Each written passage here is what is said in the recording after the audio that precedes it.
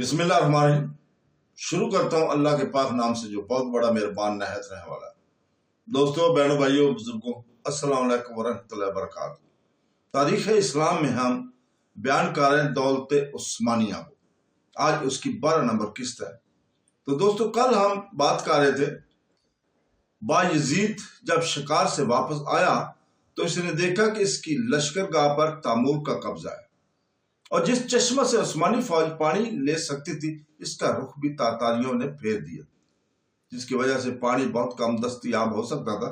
حالات کی مساعد میں اس واقعہ نے اور بھی اضافہ کیا۔ بایزید کے لیے اب بلا تاخیر جنگ شروع کر دینے کے سوا کوئی چارہ ہی نہ رہا تھا۔ چنانچہ 4 شنبہ 17 ذی الحج 804 ہجری 20 جولائی سن 1402 عیسوی کو وہ فیصلہ کن معرکہ پیش آیا، جس نے بقول گبن تیمور کے شہرت اور عظمت کو حیات ابدی بخش دی اور بایزید کی ذلت اور رسوائی کو ہمیشہ کے لیے یادگار بنا دیا۔ لڑائی طلوع فجر سے قبل شروع ہو گئی تھی اور غروب آفتاب کے بعد تک جاری رہی۔ اس روز بایزید نے سپہ گیری اور سپہ سالاری کے جوہر خوب دکھائے۔ اس کی خاص فوج نے بھی غیر معمولی شجاعت سے کام لیا اور نہایت جان بازی کے ساتھ تاتاریوں کا مقابلہ کرتے رہے، لیکن تیمور کی فوجی قابلیت اور اس کی فوج کی کثرت کے سامنے بایزید کی ساری کوششیں بے سود نظر آنے لگی تھی۔ علاوہ ابری سب سے زیادہ نقصان اسے خود اپنے سپاہیوں سے پہنچا۔ اس کی فوج کے تتاری دستے پہلے ہی سے غداری کے لیے آمادہ تھے۔ وہ لڑائی شروع ہونے کی تھوڑی ہی دیر بعد تیمور کی فوج سے جا ملے تھے۔ اناتولیا کی ترکی ریاستوں مثلا ایدن، مشہ، ساروخان اور کرمیان کے دستے بھی، جن کو بایزید نے باجبر اپنی فوج میں بھرتی کیا ہوا تھا، عین موقع پر غدار ثابت ہوئے اور سب کے سب بھاگ کر اپنے امیروں کے علم کے نیچے پہنچ گئے، جو تیمور کی فوج میں بایزید کی فوج کے خلاف لڑ رہے تھے۔ البتہ اسٹیون اپنے سروی دستوں کے ساتھ وفاداری اور جان بازی کا حق ادا کرتا رہا، لیکن لڑائی ختم ہونے سے پہلے ہی اس سے بھی راہ فرار اختیار کرنی پڑی تھی۔ اب صرف بایزید 10,000 ینیچری کے ساتھ میدان میں باقی رہ گیا تھا۔ اس کی مختصر فوج نے 7-8 لاکھ تاتاریوں کے مقابلے میں جیسی حیرت انگیز شجاعت کا جو ثبوت دیا تھا، اس کی مثال خود ینیچری کی تاریخ میں کم نظر آتی ہے، لیکن آخرکار گرمی اور پیاس کی شدت نے ان کے بازو کمزور کر دیے اور تاتاریوں کی کثرت غالب ہو کر رہی۔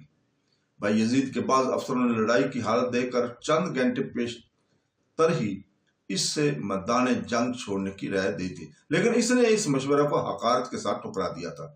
اب جبکہ وقت نکل چکا تھا، بایزید نے بھاگنے کی کوشش کی، مگر محمود خان چغتائی نے تعاقب کر کے اسے گرفتار کر لیا تھا۔ اس کے 5 لڑکوں میں سے جو لڑائی میں شریک تھے، 3 دشمن کی زد سے بچ کر نکل گئے۔ شہزادہ سلیمان نے یورپ کا رخ کیا، شہزادہ محمد نے اماسیہ پہنچ کر دم لیا اور شہزادہ عیسیٰ کرمانیہ کی طرف بھاگا۔ شہزادہ موسیٰ گرفتار ہوا۔ 5 لڑکے کی شہزادہ مصطفیٰ کا حشر معلوم نہ ہو سکا۔ ممکنہ لڑائی میں وہ مارا گیا۔ بہرحال وہ ایسا غائب ہوا کہ کسی کو اس کا سراغ آج تک نہ مل سکا۔ آل تیمور کا مورخ شرف الدین علی بیان کرتا ہے کہ جب بایزید قیدی کی حیثیت سے دست بدستہ تیمور کے سامنے لایا گیا تو تیمور نے بڑھ کر اس کا استقبال کیا تھا اور اس کے ہاتھ کھلوا کر عزت اور احترام کے ساتھ اپنے قریب بٹھایا تھا۔ پھر اس کی حالت پر افسوس اور ہمدردی کا اظہار کرتے ہوئے کہنے لگا، اگرچہ احوال عالم تمام تر خداوند تعالیٰ کی ارادہ قدرت کے مطابق پیش آتے ہیں اور کسی دوسرے کو حقیقت کو اختیار اور اقتدار حاصل نہیں ہے، تاہم انصاف اور حق یہ ہے کہ تم پر جو مصیبت آئی ہے وہ خود تمہاری لائی ہوئی ہے۔ تم نے بارہا اپنے حد سے بغیر قدم رکھا اور بالآخر مجھے انتقام پر مجبور کر دیا تھا۔ پھر بھی چونکہ تم اس دیار میں کفار سے جہاد کر رہے تھے، میں نے بہت کچھ تحمل کیا اور ان حالات میں جو فرض ایک خیر اندیش مسلمان کا تھا اسے بجا لایا۔ میری خواہش تھی کہ اگر تم فرمانبرداری کی راہ اختیار کرو تو مال و لشکر کی جس قدر ضرورت تمہیں ہو اس سے تمہاری مدد کروں تاکہ تم اطمینان اور قوت کے ساتھ جہاد میں مشغول رہ سکو اور دیار اسلام کے اطراف اور اکناف سے بے دینیوں کی شرکی شوکت کو فنا کر دو۔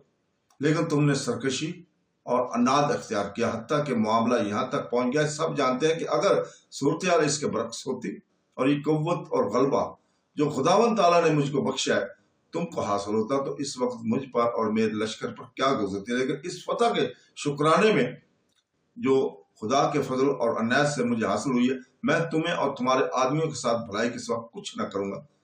دل کو مطمئن رکھو۔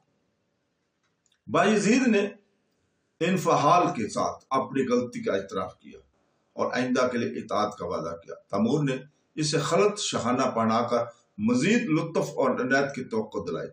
اس کی خواہش پر شہزادہ موسیٰ بھی جو قید میں تھا آزاد کر کے اس کے پاس بھیج دیا گیا اور تیمور نے ان کے رہنے کے لیے اپنے خیمے کے قریب ایک عالی شان خیمہ نصب کرا اور بعض عالی مرتب عمرہ کو ان کی خدمت میں مأمور کیا۔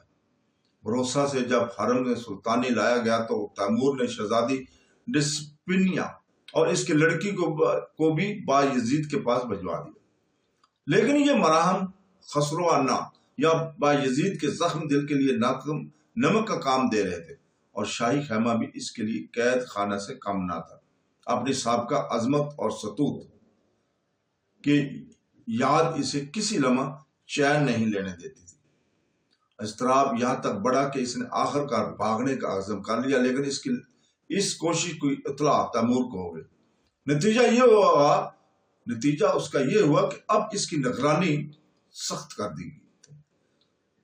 تاتاری لشکر جب ایک مقام سے دوسرے مقام کو کوچ کرتا تو تیمور بایزید کو بھی ساتھ لیتا جاتا، لیکن تشہیر سے بچنے کے لیے بایزید ایک پالکی میں سفر کرتا تھا جس پر پردہ پڑا رہتا تھا۔ اس پالکی میں لوہے کی جالی کا کام تھا، جس کی بنا پر مشہور ہو گیا کہ تیمور قیدی سلطان کو لوہے کے پنجرے میں بند رکھتا ہے اور جہاں جاتا ہے اپنے ساتھ اس پنجرے کو بھی لے جاتا ہے۔ بہرحال بایزید کے قلب اور دماغ پر اپنی قید اور رسوائی کا اس قدر جان کا اثر پہلے ہی پڑ چکا تھا کہ وہ زیادہ دنوں تک اسے برداشت نہ کر سکا، اور صرف 8 مہینے بعد اس کی روح قفس انصری اور قفس فولادی اور دونوں سے بیک وقت آزاد ہوگی۔ تیمور کو جب اس کی اطلاع ہوئی تو اس کی آنکھوں سے آنسو نکلے۔ اس فاتح کشور کشا کے لیے بھی جس نے لاکھوں انسانوں کو قتل کرا دیا اور دل میں تاثر کی خفیف سی لرزش بھی محسوس نہ کی۔ آل عثمان کے اتنے جلیل القدر سلطان کی یہ عبرت انگیز موت ایک دردناک واقعہ تھی۔ تیمور نے موسیٰ کو آزاد کر کے بایزید کی نعش شاہانہ احترام کے ساتھ بروسا کو روانہ کی، جہاں وہ سابق تاج الدران عثمانی کے پہلو میں سپرد خاک کر دی گئی۔ خود تیمور بھی اس کے بعد 2 ہی سال زندہ رہا تھا۔ جنگ انگورا نے اب بات کرتے ہیں جنگ انگورا نے صرف بایزید کی زندگی کا خاتمہ نہیں کیا، بلکہ ایسا معلوم ہوتا تھا کہ سلطنت عثمانیہ بھی نیست و نابود ہو گئی۔ تیمور نے ان تمام ترکی اسیروں کو جن کی ریاستیں سلطنت عثمانیہ میں شامل کر لی گئی تھی پھر ان کی حکومتوں پر برقرار کر دیا اور ایشیا کوچے کا کوئی علاقہ آل عثمان کے ہاتھ میں باقی نہ رہا۔ اسی طرح بایزید کے انتقال کے وقت سلطنت عثمانیہ بظاہر فنا ہو چکی تھی۔ ایشیا کوچک عثمانیوں کے ہاتھوں سے نکل چکا تھا۔ اس کے کچھ حصے ترکی امیروں کے قبضے میں واپس جا چکے تھے اور کچھ ابھی تک تاتاریوں کے قتل و غارت گری کی اماجگاہ بنے ہوئے تھے۔ یورپ میں بھی سلطنت عثمانی کے مقبوضات کے حالت امید افزا نہ تھی۔ بلغاریہ، بوسنیا اور والیچیا کی رعایا بغاوت کے لیے آمادہ تھی اور سلطنت بازنطینی اپنی مقبوضات کو واپس لینے کی حوصلہ کر رہے تھے، لیکن پریشانی اور نا امیدی کے ان حالات میں بھی سلطنت عثمانیہ نے اپنی غیر معمولی قوت کا بقا کا ثبوت دیا اور 10-12 سال کی قلیل مدت میں اس نے نہ صرف اپنے تمام قدیم مقبوضات واپس لیے بلکہ پہلے سے زیادہ طاقت کے ساتھ رونما ہوئی تھی۔ تیموری فوجوں نے ایشیا کوچک کی غارت گری کے بعد دوسری سمت کا رخ کیا۔ ان کے واپس جانے کے بعد ایشیا کوچک میں ان کا کوئی نشان باقی نہ رہا۔ میدان پھر عثمانیوں اور قدیم ترکی امیروں کی قوت آزمائی کے لیے خالی ہو گیا تھا۔